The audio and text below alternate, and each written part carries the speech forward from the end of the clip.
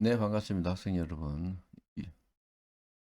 2021 학년도 9월 마지막 주, 어, 정치학의 이해 동영상 강의를 시작하도록 하겠습니다.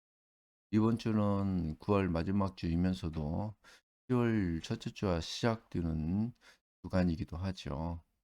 그래서, 오늘이 벌써 여러분들 5주차 동영상 강의를 시작하고 있죠. 그래서, 어, 네, 오늘 그 주제 강의는 여러분들 보는 교재에서 보는 바와 같이 5장 민주주의와 그 도전자들 그 챕터 5장을 시작하도록 하겠습니다. 시작하기에 먼저 앞서 여러분들이 보내준 구글 설문지를 먼저 한번 파악을 하고 그다음에 수업을 진행하도록 하죠. 먼저 이분반이 보내준 동영상 2분반이 보내준 설문지를 먼저 볼까요? 그 응답한 학생이 66명인데 몇몇 학생이 응답을 하지 않았어요. 하여튼 가급적이면 응답을 해주기를 바랍니다. 응답을 하지 않으면 출석하지 않은 걸로 파악이 되어지고 그런가 하면 여러분들 20점 배정이 되어져 있는 이 레포트는 따로 제출하지 않고 여러분들 응답한 내용으로 대체를 한다고 그랬었죠. 그래서 여러분들 아마 성적 반영 비율이 한 30%가 차지하는 걸로 알고 있는데 그 30% 비중이 적지 않으니까 여러분들 반드시 응답해 주길 바라고 지난 시간에 우주 마법사의 헨리 리들필드의 정치적 판단 내용을 한번 물었었죠. 여기 대해서 대체로 좀 맞는데 질문에 정확한 답보다도 다른 답을 마련할 수 있는 몇 명이 있고 그런가 하면 여기 정치 권력의 특징이 아닌 것은 무엇이냐라고 할 때 이것은 수업을 받으면 PPT 내용도 있고 하니까 대부분 학생들이 잘 맞출 거라 생각이 되어지는데 두 명의 학생이 여기 오답을 체킹했어요. 이것은 정말 떻게 오답을 체킹할 수 있을까라는 생각이 들어지는데 두 명의 학생이 오답이 있고 그런가 하면 여러분들 보내주는 것을 엑셀로 이렇게 되어 환원해서 볼 수 있죠. 근데 이제 두 번째 응답에서 보면은 좀 뭐 신기루라고 응답을 나왔어요. 이게 신기루는 마치 정치 권력이 신기루와 같다라고 이렇게 얘기를 했지만 뭐 그 강의 내용과 다르지는 않지만 정확한 질문 내용은 아니죠. 정확한 질문 내용은 뭡니까? 그러죠. 미국 사회의 만능주의, 또 특히 정치적 어떤 포퓰리즘 이것을 좀 경계하자라는 그런 비판적 시간이었죠. 근데 어느 학생 같은 경우는 여기 있죠 보면 너는 기사가 달린 왕관을 노동자의 머리 위에 억지로 덮어 씌워서는 안 되며 황금의 십자가에 인간을 못 박아서도 안 된다.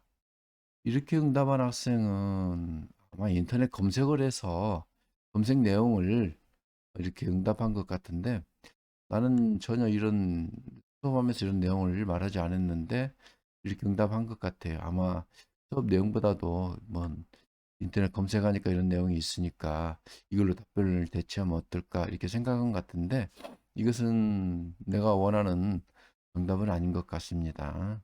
그래서 이런 것들을 한번 더 체킹을 하고 반영을 하지 그냥 무조건 여러분들이 제출했으니까 평가에 반영하는 건 아니죠. 그런가 하면 여러분들 2분 반 것도 봤으면은 3분 반 것도 한번 볼까요? 나가기로 해서 음, 3분 반은 여기 있죠 보면 3분 반도 응답은 68명이 응답을 해주는데 아마 한두 명이 응답을 하지 않은 것 같고요. 응답 내용을 보면 여기에서도 마찬가지로 정치 권력의 특징이 아닌 것은 무엇인가? 이것도 이거 한명한 학생이 오답을 제출한 것 같아요. 그것은 아마 그 PPT 내용도 있고 하니까 그 보기만 해도 쉽게 답변할 수 있는 내용인데 이거 틀린 학생이 있다는 것은 좀 의아해요 보면. 그런가 하면 여기 응답 내용에서도 정확한 표현은 물질 만능주의, 즉 정치적 포퓰리즘 이것을 좀 비판하자는 의견이었던 거죠. 그래서 뭐 어떤 학생은 그냥 정치적 재해석, 그다음에 근데 대체로 이렇게 포퓰리즘이나 물질 만능주의 둘 중에 하나만 쓴다든지 둘 다 쓴 학생에게는 정답 처리를 할 것이며 또 다르게 대답할 학생은 일단은 정답에서 배제하는 걸로 처리를 하기로 하겠습니다. 음, 나가기로 했어요. 어, 그런가 하면 지금 내가 이 동영상을 촬영하는 시간은 어, 27일인가요? 26일이죠? 26일 어, 오전 지금 몇 시인가요? 7시 11분이 되어 가고 있네요. 근데 사실은 이 동영상을 어제 촬영을 했는데 어제 촬영한 동영상이 보면 9월 26일 일요일이었죠? 촬영했는데 이 동영상이 어찌 되었는지 녹음이 안 됐어요. 보면 그 음향이 안 들어가 있어요. 그래서 어제 촬영한 그 시간이 두 개의 영상을 촬영하고 그랬는데 그래서 다시 지금 뭐 아침 일찍 동영상을 촬영하게 되는데 그 영상을 촬영하고 나서도 바로 여러분들에게 보내는 게 아니고 내가 이것을 편집하는 것은 여기 보면 어, 다빈치 리졸브로 편집을 하는데 다빈치 리졸브를 편집하게 되면 촬영하는 시간이 한 2시간이면은 다빈치 리졸브를 편집하는 시간은 한 4시간 정도, 그러니까 2시간 더 추가가 되는 거죠. 그래서 이 편집해서 여러분들에게 보내는 데는 한 4시간 정도가 더 소요가 됩니다. 그래서 오늘 중에 동영상을 발송을 하겠지만 음, 이 촬영하고 나서 또 이 다빈치 리졸브로 편집을 하면 시간이 한 4시간 더 추가하게 되어서 이제 오전 중에 이 영상을 발송할 수 있을지는 모르겠어요. 하지만 서둘러서 여러분들에게 동영상을 발송하도록 할 것이며 방송 초기에는 이런 일이 가끔 있어갖고 좀 당황스럽기도 했었지만 최근에 이런 일이 없었는데 되게 내가 영상을 촬영하면서 이 보조 마이크가 꺼져 있는 것을 파악하지 못하고 어제 저녁 촬영했던 것을 어, 우위로 두고 오늘 아침 일찍 다시 여러분들에게 보내기 위해서 영상을 촬영하고 있습니다. 좋습니다. 수업 시작하도록 하죠. 5장은 민주주의와 그 도전자들이죠. 그래서 민주주의가 무엇인지 학생 여러분들 잘 알고 있죠. 그다음 민주주의 법제도 절차 이런 것들은 잘 이해가 될 수 있을 거라 생각이 되어지는데 그 도전자들, 그 민주주의에 도전하는 도전자들이겠죠. 그 민주주의 상대 개념이 뭘까요? 이제 뭐 독재이지 않을까 생각이 되어지면서 이런 그 도전자들은 아마 독재주의자들이라는 생각이 되어집니다. 그래서 이 교재 내용에서 설명하고 있는 여러 가지 이 정치적인 어떤 사건들을 소개하고 있는데 이것을 내가 간단히 이 PPT 영상 인류에서 사진을 이렇게 첨부를 해봤는데 몇 가지 사건들이 있었죠. 1960년도에 있었던 체코슬로바키아의 프라하의 봄. 그런가 하면 1970년도 후반에 있었던 마오쩌둥의 개방 개혁. 그런가 하면 1980년도 있었던 서울의 봄. 이런 역사적인 사건들을 이 교재에서 간단히 소개를 하고 있죠. 그런가 하면은 2000년도 넘어와서 제스민 혁명, 그다음에 우크라이나의 오렌지 혁명. 이게 이제 교재에서 소개를 하고 있는데 이것을 먼저 간단히 먼저 소개를 하고 그러면서 수업을 진행하도록 해볼까요? 아마 1968년도인가요? 이때 이제 이 지금의 이제 체코슬로바키아, 지금은 이제 체코와 슬로바키아가 분리되어 있지만은 그 당시에는 체코슬로바키아로 통합되어 있었고, 체코슬로바키아는 세계 2차 대전 이후에 이념, 동서 이념 대립으로 예를 들어서 유럽 사회가 동부 사회는 대부분 이제 공산주의화 되어지고, 그다음에 이제 이 서쪽은 서구 민주주의로 대치하는 그런 시대적 그 흐름이었었죠. 이때 이제 체코슬로바키아의 이제 공산주의 운동에서 이, 이 슬로바키아의 그 국민들이 서구 민주주의 체제로 그 민주주의를 요구하는 그런 시위가 발생하게 됩니다. 그때 어, 당시 구소련이죠. 소련이 탱크를 앞세워서 그 이 서구 민주주의를 주장하는 그 이 국민들을 탱크로 진압하는 계기가 발생하게 되어집니다. 근데 체코슬로바키아는 그 북쪽으로는 폴란드, 그다음에 동독이죠, 당시에 동독과 국경을 맞대어 있고, 그다음에 체코슬로바키아의 동부 쪽으로는 소련이 국경을 맞대고 있고, 그다음 남쪽으로는 지금의 이제 우크라이나가 이 국경을 맞대고 있어서 이 소련이 탱크를 앞세워서 진압하는 데는 그렇게 큰 어려움은 없었던 것이죠. 그래서 탱크를 앞세워서 예를 들어서 그 진압하고, 그래서 결국은 그 이 소비에트 연방이 체코를 침공하게 되어지는 일대 사건이 벌어졌던 것이죠. 그래서 이제 이 민주주의를 열망하는 그 체코 시민들을 받게 되는 그런 사건이 발생하게 되고, 그 다음에 이제 소개하고 있는 것이 1978년 말에 또는 1979년도에 중국의 마오쩌둥의 개혁 개방이죠.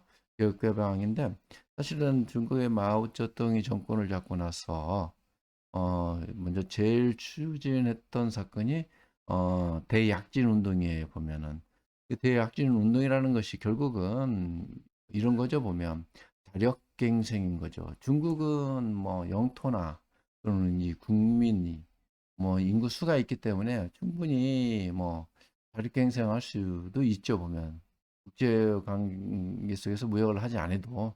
하지만 이런 그 대약진 운동이 결과적으로는 실패를 하게 됩니다. 그래서 이 정치적 위기를 맞이하게 되는데, 이 마오쩌둥은 결국은 이 경제적 위기를 뭐라고 할까, 극복하기 위해서, 그런가 하면 자기 정치적 위기를 어, 전환시키기 위해서 다시 1970년도 후반에 문화 대혁명을 감행하게 됩니다. 문화 대혁명을 감행하는 그때 이제 그 예를 들어서 문화 대혁명 속에서 그 홍위병을 앞세워서 반대파들을 대거 숙청을 하죠. 특히 이제 자본가 세력들이라든가 또 자본주의 어떤 그 음, 신봉을 하는 그런 어떤 반대파들 이런들을 대숙청을 하게 되어지는데, 이로 인해서 결국은 어떤 시장의 메커니즘을 무시하고, 그다음에 인위적으로 생산 요소를 왜곡하게 되어서 결국은 경제가 폭망하고, 그래서 결국은 자기 정권을 후임자에게 넘겨줄 수밖에 없었던 것이죠. 그 후임자로서는 덩샤오핑, 등소평이죠. 등소평의 정치를 이제 이어받게 되죠, 보면. 정권을 이어받게 돼서 등소평이 이제 처음 들고 내세운 것인 이제 개형 개방이죠. 그래서 남순 강화를 통해서 그 유명한 그 등소평의 한 말 있죠. 검은 고양이든 흰 고양이든 쥐를 잘 잡으면 되는 것이지 뭐그 어떤 고양이냐를 따지지 않는다는, 그게 먼저 흑묘 백묘론이죠, 보면. 그래서 뭐이 인민들을 잘 먹게 살게 하는 것은 뭐 자본주의든 공산주의든 인민들만 배불리 먹게 살면 하면 되는 것이지 않냐고 이제 이렇게 일부에서는 해석을 하는 거죠. 그래서 이제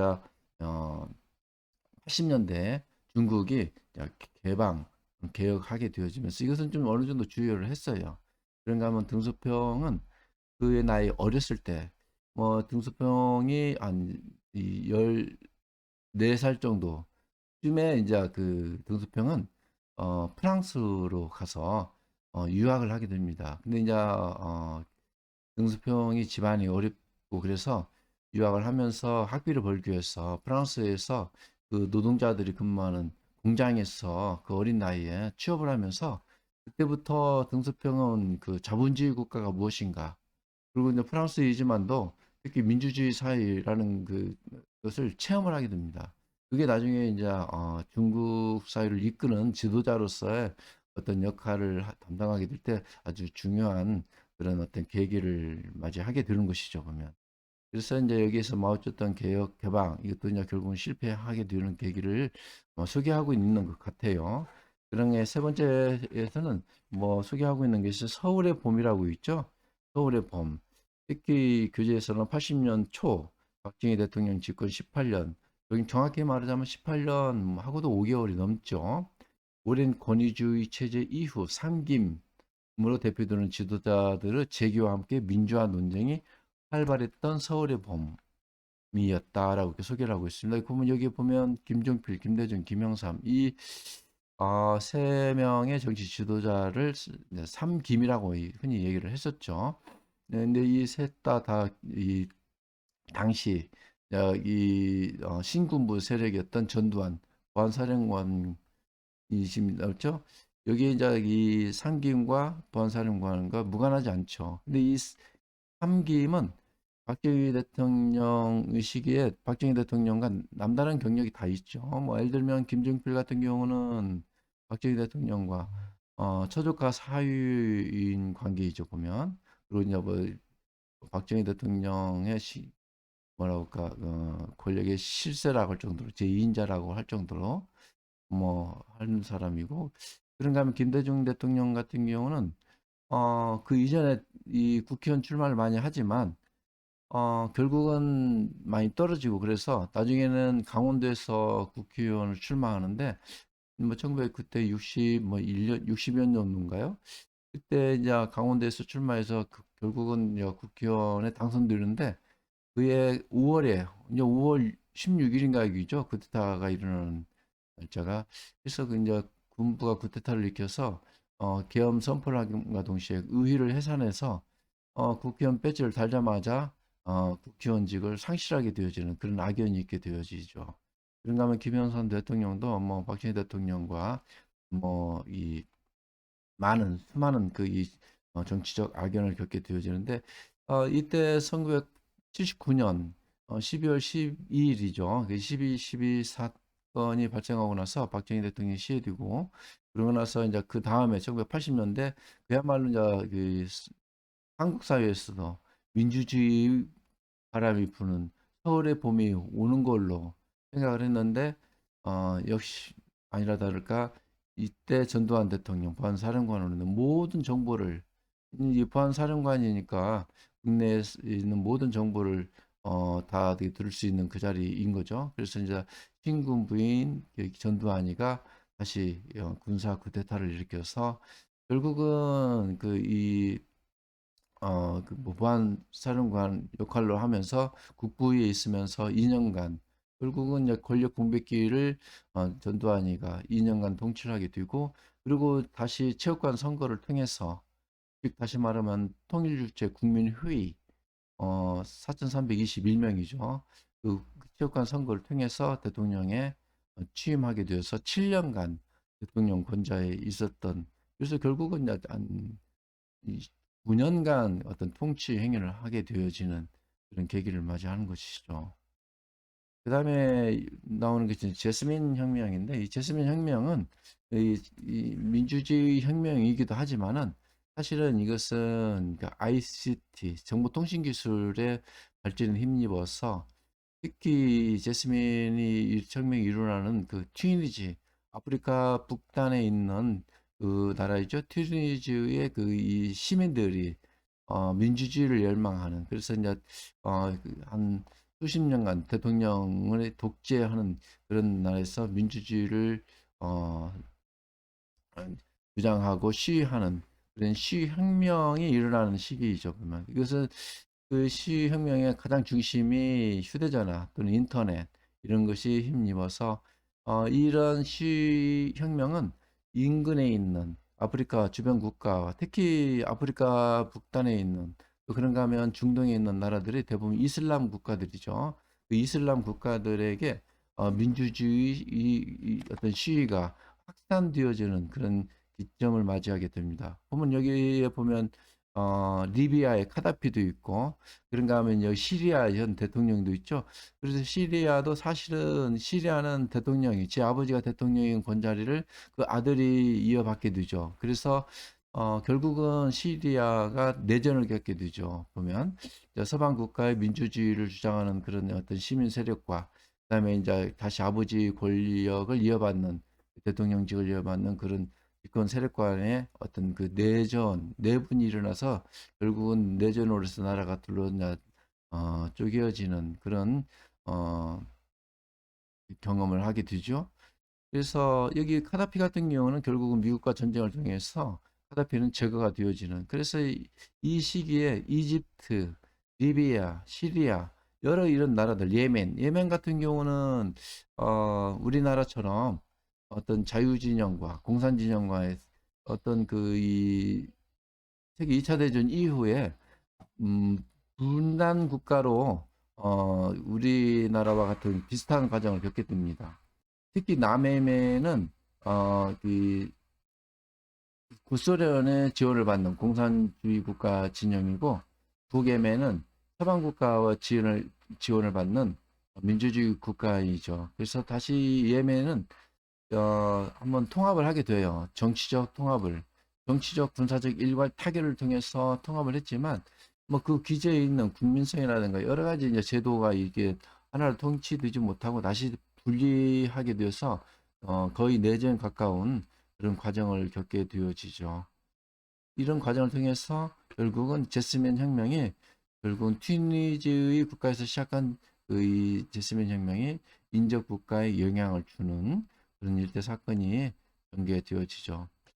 그리고 마지막에 소개하고 있는 것이 우크라이나의 오렌지 혁명이죠. 그 오렌지 혁명 같은 경우는 우크라이나가 사실 그 구소련 체제에서 어, 그 구소련이 1985년 뭐 페레스트로이카, 글라스노스트에서 개혁 개방을 주장하면서부터 그 이후로 예를 들어서 구소련이 어, 뭐라 볼까 공산주의 체제에서 그 서구 민주주의 열풍에 의해서 굉장히 정치적 혼란을 겪으면서 89년 그 이후로 15개 공화국으로 분리 해체가 되어집니다. 그래서 이제 이 시기는 89년, 90년, 91년 이게 동구 공산권이 많이 어떤 공산주의 이념이 민주주의 어떤 그 정치 제도를 많이 도입하면서 그런가 하면 이제 그 동서독도 통합되어지는 그런 역사적 경험을 하게 되죠. 그런 과정에서 정확히 91년도에는 러시아가 15개 공화국으로 분리 해체되어지면서 그 중에 하나 나라가 이제 우크라이나에 보면 예를 들어서 발트 연합국가 3개국 있죠. 그 예를 보면은 에스토니아, 라트비아, 리투아니아 이런 나라들은 대부분 이제 서방 국가와 좀 관계도 있고 국민성도 이제 그쪽과 비슷하고 또 경제적 수준도 비슷하기 때문에 일찍 3개국은 서방 국가와 민주주의 제도를 도입하게 되고 그다음에 이제 이렇게 중앙아시아에서부터 유럽 대륙에 이르기까지 있는 그 나머지 공화국들 뭐 베lar루시 공화국이라든가 우크라이나 공화국이라든가 키르기스탄 뭐 예를 들면 또 여러 가지 이 우즈베키스탄 뭐 이런 나라들 그래서 한 15개 공화국으로 분리 해체되어지는 나라 중에 하나인데 이 우크라이나는 그 영토나 이런 걸 보면은 상당히 커요. 우리 남북한 합친 영토 한반도 영토의 한 3배에서 4배 정도 한 3.5배 정도 된다 하니까 그런가 하면 대부분이 그 영토가 한 80%는 그 농작물을 경작할 수 있는 평야지대이고 한 20%가 한 산간 지역으로 있는데 또 여기 우크라이나는 많은 철광석, 광물질이 좀 많이 있고 그래서 천연 자원이 많고 그런가 하면 뭐 석유까지 나오지 않습니까? 그렇기 때문에 참 경제 발전할 수 있는 아주 좋은 조건을 갖춘 나라임에도 불구하고 우크라이나는 이제 동부 우크라이나 쪽은 대부분 이제 그 구소련이 지원을 받는 공산주의 체제를 지원받는 그런 성향의 이 나라이고, 그다음에 서우크라이나가 대체로 이제 서방 국가와 좀 가까운. 근데 이제 동부 공산주의 국가, 특히 이제 구스르는 지원을 받는 그런 대통령이 장기 집권하고 그다음에 독재하면서 2004년도에 선거를 치르는데, 이때 이제 선거가 굉장히 좀 뭐라고 할까, 부정 부패로 일괄되어지면서, 우리로 말하자면 대법원의 어떤 그 판결에 의해서 이제 그 선거를 무효화되어주고, 다시 2005년도에 선거를 다시 치르면서, 이때 이제 서방 국가 지원을 받는 그 우크라이나 이 지지 세력들이 이 세력에 힘입어서 대통령이 다시 바뀌게 되죠. 그래서 이제 그것을 상징하기 위해서 우크라이나의 그 시민혁명을 상징하는 그 오렌지 여기 깃발이 있죠. 그래서 오렌지 뭐 티셔츠를 입는다든지, 오렌지의 어떤 모자를 씀으로써 어떤 민주 시민 그 역량을 강화한 일대 사건을 소개하고 있는 것 같습니다. 보면. 그래서 이 여러 가지 이 위에도 사실은 어, 국제 사회에서 여러 가지 민주주의 그 이 열풍, 그것은 이런 사례만 있는 건 아니죠. 예를 들면 뭐 중국 천안문 사태도 있었고, 그런가 하면 필리핀의 어떤 그 이 민주화 운동도 있었고, 이 그런가 하면은 또 독재를 강화시키는 여러 가지 사건도 있죠. 보면 예를 들면 동남아시아 국가 최근에 있는 것은 미얀마의 어떤 군부 쿠데타도 있고, 그 이른가 하면은 태국 같은 데에는 뭐 군부의 쿠데타만도 한 18번이 있었고 그랬죠. 근데 태국의 군부 쿠데타는 좀 남다른 특성이 있어요. 군부에서 쿠데타를 일으키면은 뭐 18번이 있었다 하니까 해방 이후만 하더라도 얼마나 자주 일어나는지는 알 수 있겠죠. 근데 태국은 좀 독특한 정치 시스템이에요. 이제 국왕이 있는 체제인데, 태국 국민들은 국왕의 절대 신임. 국왕이 이 쿠데타를 일으켜서 승인을 하면 그건 성공한 것이고, 또 국왕이 승인을 하지 않으면 그건 실패한 쿠데타가 되고.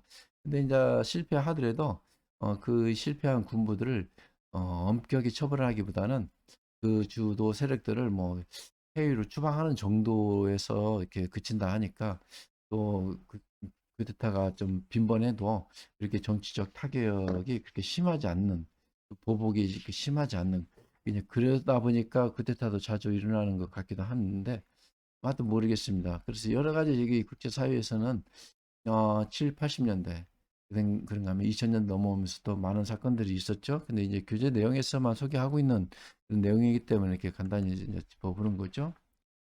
여기서 좀 이제 우리나라에서의 민주주의란 무엇인가 이렇게 이제 소개를 하고 있는 거죠. 한국에서 이제 민주주의. 이제 그 이전에 우리가 이제 공화국이 들어서기 전에는 일제강점기였죠. 일제강점기의 이전에는 뭐였나, 대한제국이 있었죠. 그 이전에는 이제 뭐 조선이라는 나라가 있었고, 잘 알겠지만 대한제국은 뭐 고종 황제가 아간파천하고 와서 결국은 나라는 망해가고 있지만, 중국이 이제 청나라가 망하고 나서 황제가 없는 그런 틈을 타서 뭐 마지막으로 나도 황제가 한번 돼야겠다고 하면서 대한제국을 선포하고 하는 것이 이제 대한제국이었지만, 결국은 어, 1910년에 한일 합방으로서 나라는 망하고 일제 식민지를 경험하게 되죠. 그다음에 이제 해방과 분단, 한국 전쟁, 뭐 압축 성장인데, 나는 이 대목에서 이거 하나만은 생각을 해보고 싶어요. 이제 예를 들면 조선 왕조 체제 500년 동안에는 우린 신분제 사회였죠. 그 이전에는 뭐 더 말할 나위 없는 거고, 이 신문제 사회에서 아마 갑작스럽게 우리가 이제 공화국을 맞이했다면 우리 사회가 어땠을까 한번 생각을 해봅니다. 뭐 예를 들면 초등학교 교실에 가 있는데, 어제까지만 하더라도 그 옆 짝꿍이 우리 집에 머슴의 아들이 딸들이었다든가, 우리 집 머슴의 종이었다면, 이것이 어떻게 하루아침에 공화국이 되었고 하니까, 신분제 사회를 폐지한다 하니까, 이게 누구라도 이제 대한민국 국민의 시민으로서 이게 말이 될 것인가? 뭐 미국 같은 데도 뭐 흑인 노예가 있었죠. 이게 이제 지금 이 시민사회로 되어지는 데는 많은 세월이 흘러야만 그것이 가능했던 거죠. 지금도 뭐 예를 들면 흑백 간의 어떤 신분 이런 걸 따지는 지역도 있다 하니까 그렇다면 근데 이제 일제 식민지 경험을 통해서 이게 이제 사실은 우리가 어떤 신분 사회 이것을 극복하는 계기가 되었지 않는가. 근다 해서 뭐 일제 식민지 이것을 뭐 미화하거나 그러지 않아요, 절대.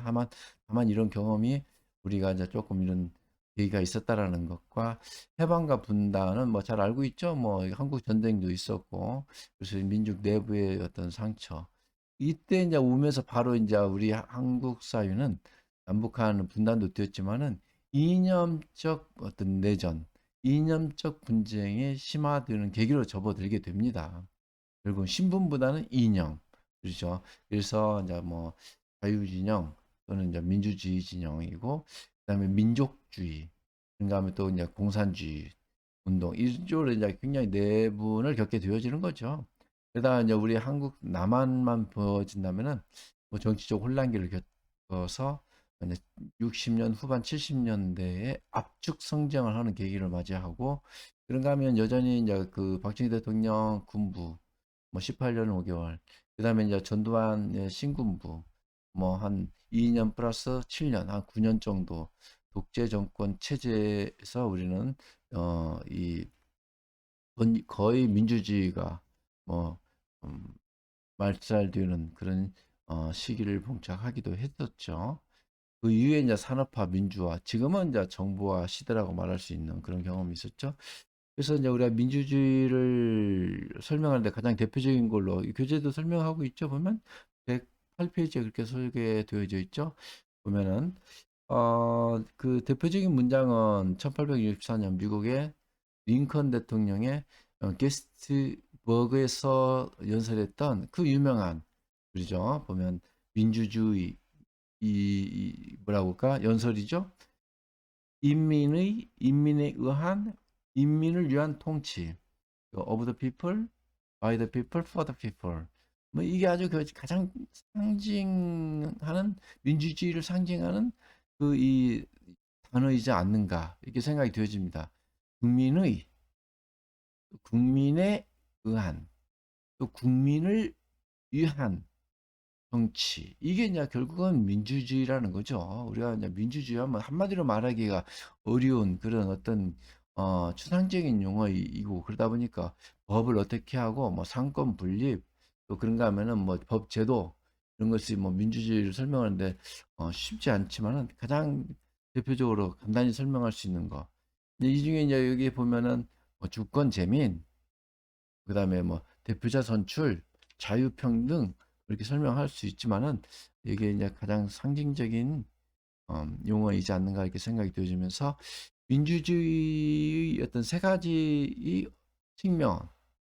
그 첫째가 이제 민주주의 어헌인 거죠 보면. 그리고 이제 뭐 데모크라시라고 말하는 그 데모크라시라는 그 어원에는 데모스라는 용어, 뭐 데모스라는 것은 이제 민중이라는 말이겠죠. 그다음 크라티아라는 것은 크라시로 이제 어휘로 이제 변형이 되어서 크라티아는 이제 통치하다, 통치라는 용어니까 데모스와 크라시가 합쳐서 데모크라시라고 이제 우리는 이게 설명을 하는 거죠 보면. 그래서 두 단어가 합성한 것이다. 그 유래가 이제 이 그리스 어, 언어에서 이렇게 이제 유래를 했다는 거죠. 그래서 결국은 민주주의란 모든 대중이 자유롭고 평등한 입장에서 정치에 참여하는 결국은 민중이 지배하는 통치 체제. 이게 이제 민주주의 첫 번째 어, 의미이고 그다음에 둘째 의미라는 것은 민주주의 양극을 확인하는 것이다. 라고 설명하고 있죠. 여기서 이제 좁은 의미로서는 국민이 통치 작용에 동의하고 자유롭고 평등하게 참여하는, 지배하는 정치 체제. 이게 이제 민주주의라는 거죠, 보면. 이게 이제, 어, 자유롭고, 자유와 평등, 자유롭고 평등하게 참여하는 정치 체제. 그런가 하면 넓은 의미로서는 국민이 국가 사회의 생활의 실천 원리가 되어지는 그런 의미이라는 거죠. 여기서 좀 소개하고 있는 것은 그래서 최소 강령이 좁은 의미에서 민주주의 개념이라는 것은 성인에게 투표권을 비롯한 효과적인 시민권이 보장되고 시민권을 행사해서 정부 치구 공직자들을 견제하고 권력을 박탈할 수 있는 정치 체계를 말한다. 그러니까 민주주의의 가장 핵심은 이 건전한 시민권을 행사할 수 있는 이 이게 이제 사실은 고대 아테네 도시국가에서의 시민권과 지금 현대에서의 그 시민사회에서의 시민권은 좀 차이가 있는 거죠.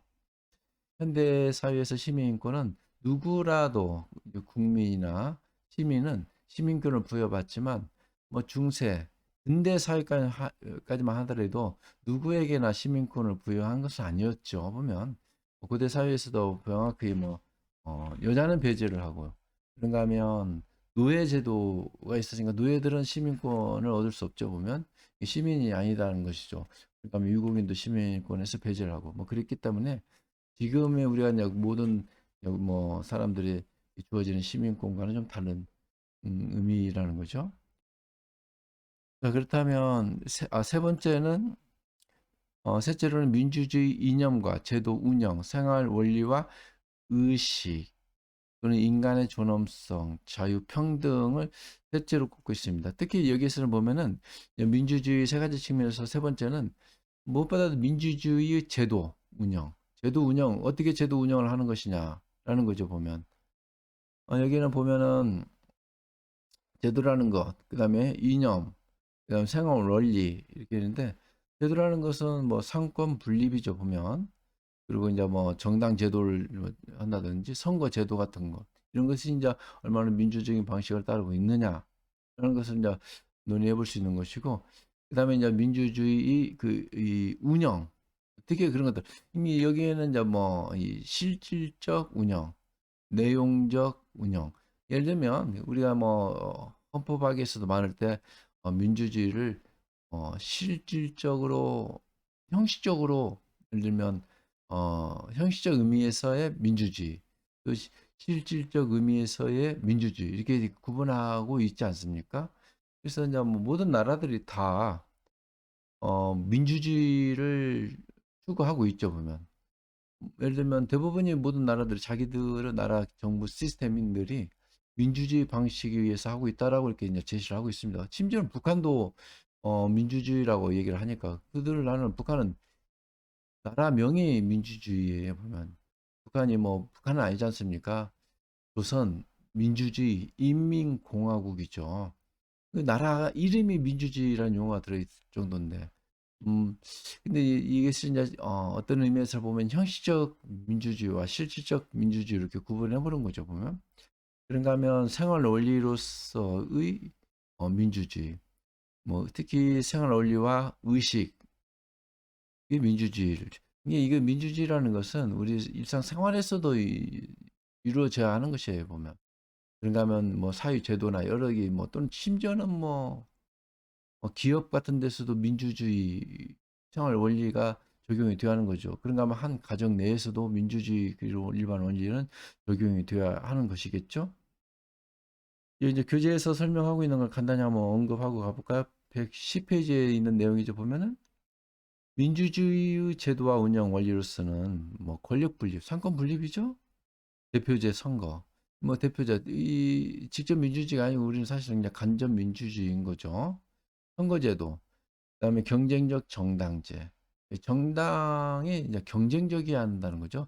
북한도 정당은 여러 개 있어요. 뭐 예를 들면 어 기독교 청우당이라든가 뭐 또는 뭐 노동당 말고도 서너 개가 있는데 이것이 이제 경쟁적 정당 체제라고 말할 수 없는 거죠. 설령 권력을 놓고 그 권력을 뭐 서로 놓고 경쟁하는 그런 정당이 아니니까. 그런가 하면 뭐 중국 같은 나라 이런 나라도 다 여러 정당이 있지만은 여전히 뭐 이 공산당 일수당으로 지배 체제가 구성되어 있기 때문에 경쟁적 정당이라 말할 수 없는 거죠. 다수결 원칙. 이렇게 그다음에 뭐 이제 민주주의를 생활 양식 혹은 실천 원리로서의 민주주의 특히 제도가 헌법이나 법률을 통해 명문화되어 있다면 생활 양식 혹은 실천 원리는 실천 원리 민주주의는 일상생활 속에서 민주적 태도와 습관이 나타나는 것이다 라고 이렇게 이제 강조를 하고 있습니다. 합리적 경험주의라든가 자발적 참여의식 또는 독립적인 자아의식, 토론과 관용 또는 통합적 공동체 의식 이런 것이 가장 대표적인 예다. 그래서 이 민주주의라는 용어가 참 가의적으로 해석할 수도 있고 좀 복합적 의미를 갖고 있는 거예요. 이제 뭐 일단 세 가지 측면에서 파악해 보면 이런 의미가 있다고 이렇게 이해를 하면 좋겠습니다. 뭐 시민의식의 범주화 이게 아까 그 현대 시민의식 뭐 일종의 이제 시티즌십인데 시민의식의 범주화에서 이제 갑자기 이제 뭐 하버마스의 여러 개는 하버마스의 이제 시민의식의 범주화를 설계하고 있는데 하버마스도 이걸 이제 강조를 해요. 보면은 이 시민에서 민주주의라는 것은 일종의 뭐냐면 의사소통이라고 이제 보고 있는 거예요. 하버마스는. 하버마스는 뭐 간단히 살펴보면 근대 시민사회에서는 이렇게 체계와 생활 세계로 이제 구분해서 이루어져 있다고 이제 그 보고 있는 거예요. 체계는 대체로 이제 화폐와 권력이 지배하는 공적 영역으로 보고 있는 겁니다. 그러니까 공적 영역은 화폐나 어떤 그 이 권력으로서 지배되어져 있고, 그다음에 사적 영역이 일종의 이제 공론장이라고 말할 수 있는데 이게 이제 생활 세계인 거죠. 보면 생활 세계는 사회화를 담당하는 사적 영역과 담론적 공적 형성을 담당하는 공공의 영역으로 이제 구분해 보는 것이죠. 그래서 이 공론의 장 우리가 이제 사실은 정치적인 담론을 하는 곳에는 대부분이 공적 영역보다는 사적 영역인 생활 세계에서 이루어지고 있다는 거예요. 우리도 흔히 이렇게 얘기를 하죠. 우리가 어떤 공적인 담론, 어떤 정치적인 이슈, 문제 이런 것들이 있을 때는 공적 영역보다도 어떤 사적 영역, 생활 세계 영역에서 많이 이루어지고 있는 거예요. 흔히 우리 뭐 정치적인 얘기할 때 보면 뭐 꼭 공식적인 자리, 뭐 대학 강의실이라든가 세미나장이라든가 그리고 어떤 뭐 청문회장 이런 데서도 이루어지기도 하지만은 일반 그 소시민들이 어떤 정치적 담론은 어떻습니까? 뭐 어디 그 뭐 술 한잔 마시면서 또 밥을 먹으면서 이렇게 뭐 정치적 담론을 많이 하지 않습니까? 특히 뭐 생맥주집에서 술 한잔 먹으면서 정부 정책에 서 비판도 하고 또는 특정 정치를 지지도 하고 반대도 하고 뭐 이렇게 하는 거 아닙니까? 이런 것이 일종의 이제 담론의 장이 이루어지는 생활 세계의 어떤 그 공론장 네, 이런 것들이 지난번에 한번 공론장의 구조 변동에 대해서 한번 간단히 설명을 했는데 학생들이 기억하는지 모르겠습니다. 이 공론장의 이제 구조 변동하는 그 과정을 한번 소개했는데 지금 다시 한번 간단히 설명한다면 뭐 아테네 도시국가에서는 공론장은 아크로폴리스 같은 곳에서 그냥 특히 뭐 일반 시민들이 당시는 이 담론을 했기 때문에 폴리스 같은 곳에서 누구라도 어떤 정치적인 이슈 문제 특히 그 이데아적인 문제에 대해서 서로 소통하고 그런 것이 이제 사장화되어지는 것이 중세 사회라고 그랬죠. 그러다가 이제 이것이 부활하는 시기가 근대 사회라고 말했습니다. 예를 들면 십자군 전쟁 이후에 이제 뭐 협동조합이라고는 길드 그 보부상들이 여기저기 뭐 이런 뭐 전쟁 얘기든 그 이 지역 저 지역 옮겨 다니면서 물건만 파는 것이 아니고 서로 정보를 좀 교류하고 또 여기 담론을 형성하는 그게 이제 일종의 이제 선술집이나 커피하우스 같은 곳에서 이런 담론을 한다고 그랬죠. 그것이 나중에는 뭡니까? 매스 미디어가 발달하면서 다시 사장화되어지는 사람들이 어떤 이런 문제에 대해서 담론을 하는 것보다는 그냥 뭐 네, 라디오, TV 채널의 시선을 고정하는 그래서 사장화되어졌다. 이것이 재부활하는 시점이 이제 ICT 또는 뭐 인터넷, 정보통신기술의 발달에 힘입어서 우리가 쉽게 말하면 뭐 가장 이런 공론화장이 이루어지고 있는 것이 가상 공간에서 이루어지고 있는 것이 뭐 다음 아고라 같은 곳. 이런 것에서 이제 뭐 정치적 담론 뭐 이런 것들은 얼마든지 정치 포털 같은 곳에서 뭐 예를 들면 과거에 뭐 노사모 어떤 토론장 뭐 토론 장이 있었죠. 뭐 그다음에 이런 토론의 장이 이루어지는 이런 데서 담론이 이루어지고 있는 이렇게 이제 구조 변동을 통해서 발전해 왔는데 하바마스는 결국 민주주의라는 것은 어떤 의사소통의 행위라고 이렇게 보고 있는 거예요, 보면. 그래서 생활 세계와 식민화, 생활 세계가 아까 여기 말했던 체계, 특히 체계의 화폐나 권력으로서 식민화되어진다고 이제 보고 있는 거죠. 시민사회 영역은 생활 세계의 식민화로부터 저지하는 것을 일차적인 과제이며 이를 위해서 자발적으로 사회운동의 활성화입니다. 그래서 이 생활 세계가 식민화로부터 저지하는 그런 운동이라는 거죠. 그래서 인간의 행위라는 것은 사회적 행위와 비사회적 행위로 구분해 보는데 결국은 의사소통의 합리성. 이게 우리가 그냥 의사소통 서로 우리는 의사소통하면은 서로 그냥 뭐라 할까 내 생각과 네 생각을 막 이렇게 주고받고 하는 그런 것만이 아니라 여기에는 합리적인 의사소통이 되어야 한다는 것이지 보면.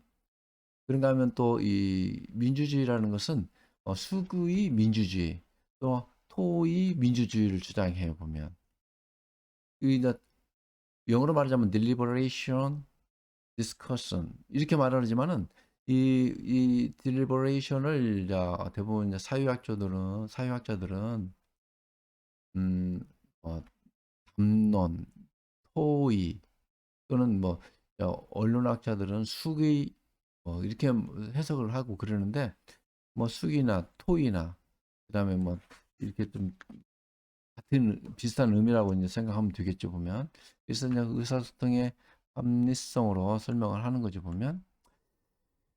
어, 그다음에 이제 뭐 여기 교재에서 설명하고 있는 이것은 지난번에도 한번 봤었죠. 뭐 아리스토텔레스 정치학에서 통치자가 지향하는 목적, 공공, 공리로 분류하는 것은 뭐 아리스토텔레스 뭐 특히 뭐 공동이익, 뭐 사적 이익이 있는데 군주정, 폭정, 군주정, 금권적, 과도정 이건 지난번에 한번 봤었고 뭐 군주제도, 군주제, 공화정, 전체정 뭐 다수자가 지배하는 것이 이 사적 이익으로 전락하게 되면 폭민정이 되는 거죠.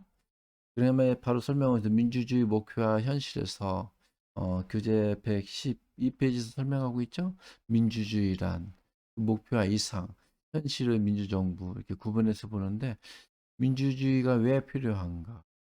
그래서 이제 민주주의 그 이상에서 목표와 이상을 설명하는 것이고, 그다음 현실에서는 현실의 민주정부, 민주주의는 어떤 정치 제도를 필요로 하는가, 또 어떤 조건들이 민주주의로 우호적인가, 이것을 설명하고 있습니다. 이것은 이 정도 하고 넘어가도록 하죠. 그다음에 이제 노버트 달의 그 민주주의 우호적인 조건들을 이제 제시를 하고 있어요. 보면은 이제 어떤 조건들이 있는가? 민주주의에는 필수 불가결의 조건이 있다.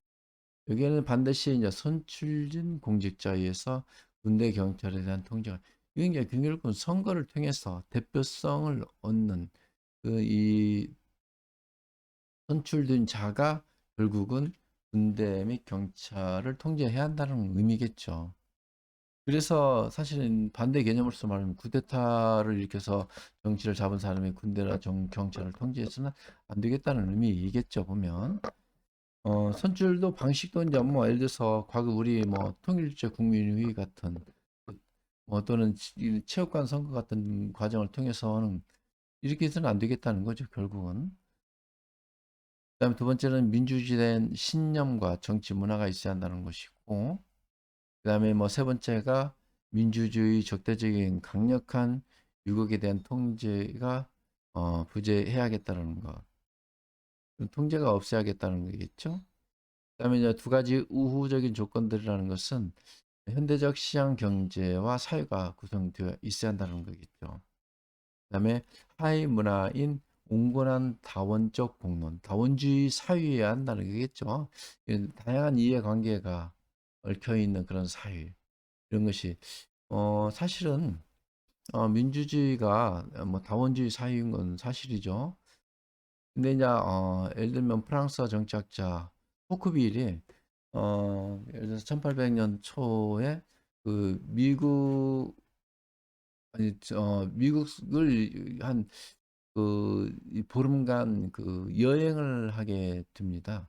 그래서 이제 처음에 이제 프랑스 학자로서 미국을 여행하게 되는데, 이제 미국 사회를 볼 때 처음에 가서는 굉장히 뭐 미국이 세계 강국이라 하지만은 굉장히 실망을 했다고 그래요, 보면. 뭐 예를 들면 뭐 히피족들이 막 여기저기 모여서 뭐 시위도 하고, 또 그런가 하면 사회가 굉장히, 미국 사회가 처음 가서 보면은 이제 서구적인 관점에서 보면 어수선하고, 민주주의 한다고 많이 뭐 의회에서는 법안 하나도 통과를 제대로 하지 못하고, 그래서 이게 뭐 어떻게 미국이 민주주의 본 그 국가라고 말하면서 이렇게 혼란스러운 나라가 세계를 지배하는가 이렇게 했는데, 나중에 여행 말기에는 미국이 이러니까 세계 최고 강국이라는 것을 인정했답니다.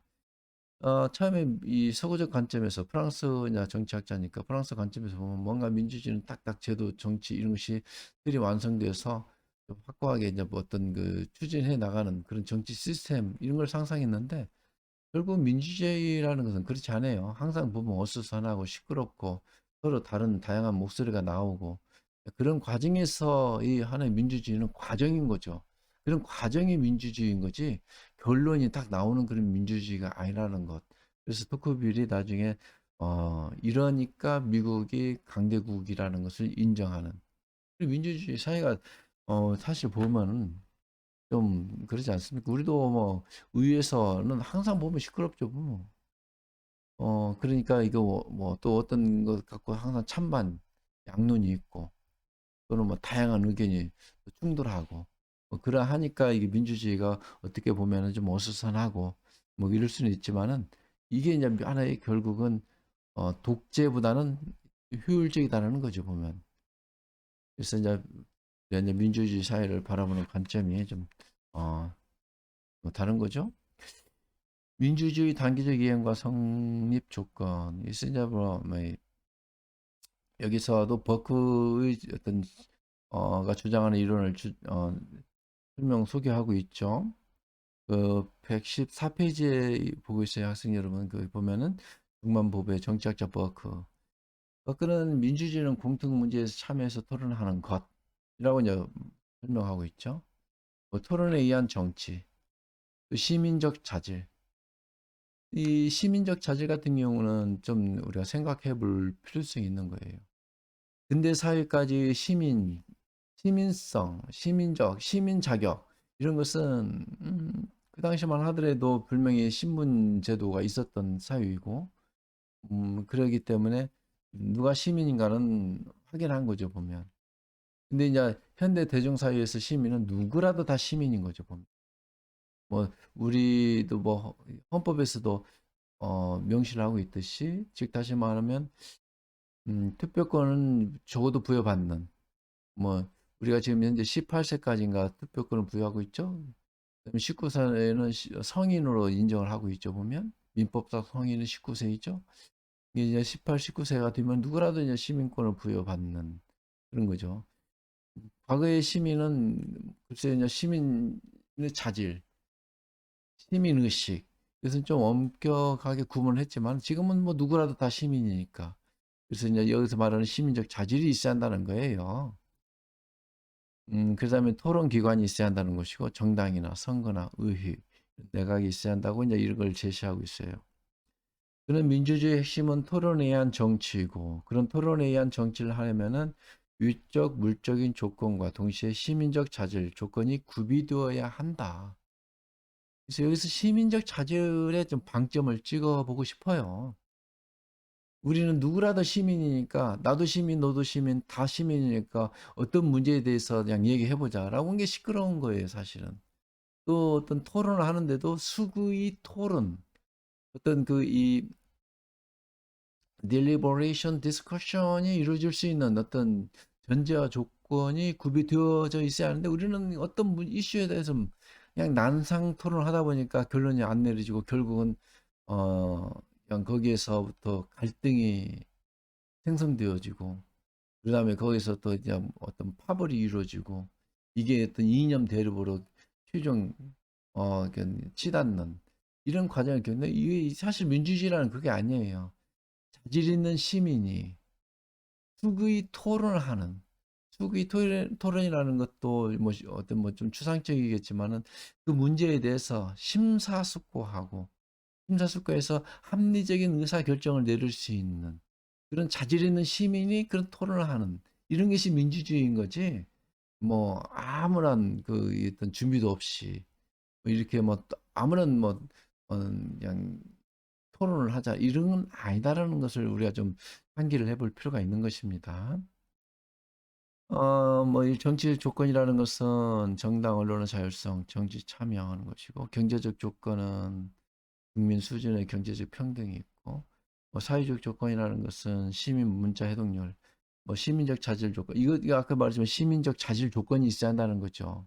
여기는 시민적 자질 조건이라는 것은 시민성에서 설명하고 있는 것은 두 가지예요. 합리성과 도덕성. 의사결정할 때도 합리적 의사결정을 해야 한다는 거죠. 우리가 의사결정할 때 뭐 독재자들은 자기가 뭐 그냥 결정하면 그게 이제 합리적인 걸로 생각하죠. 보면 이런 것들은 우리 일상생활의 모습에서도 많이 볼 수 있는 거예요. 보면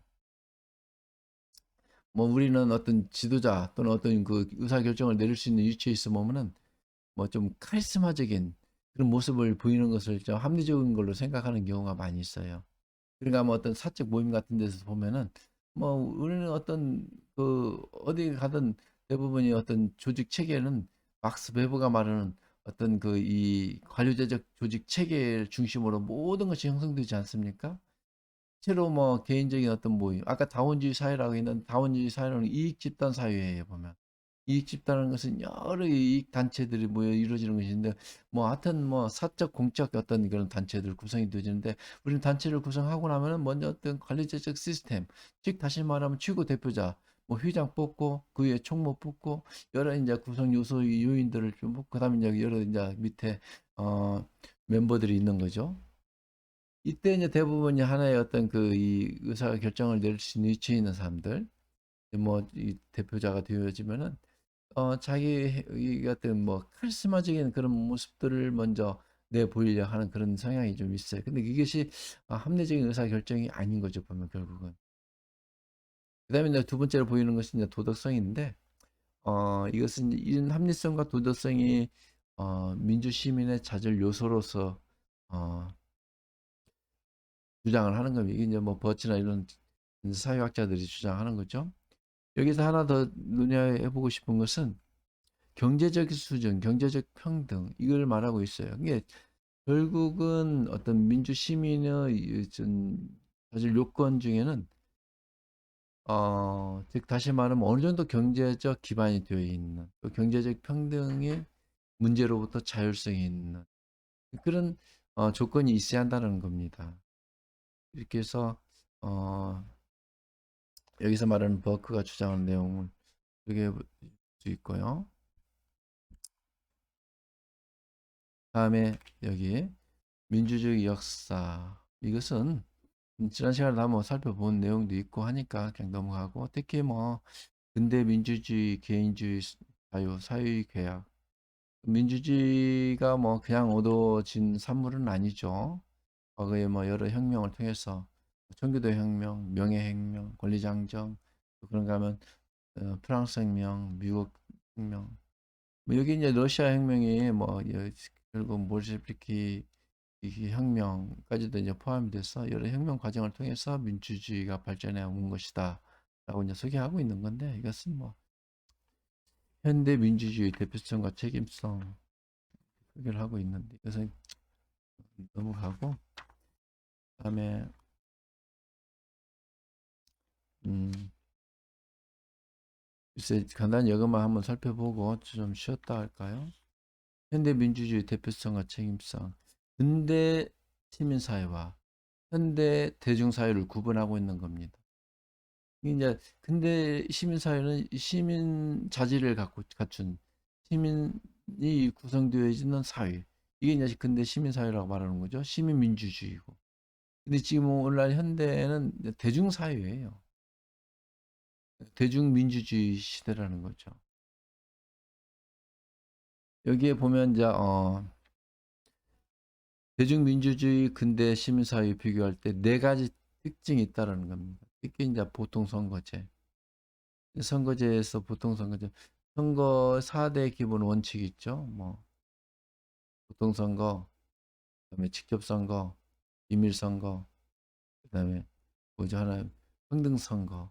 뭐 그게 상대 개념도 있죠. 보면. 하지만 정당의 역할을 강조하고요.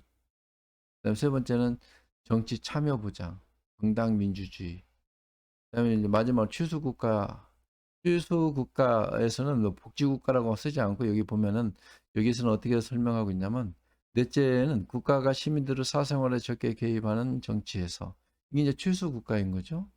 정치에서 대중들의 삶에 더 적극적으로 도움을 주는 적극적인 정치로 바뀐 것을 예를 들 수 있다.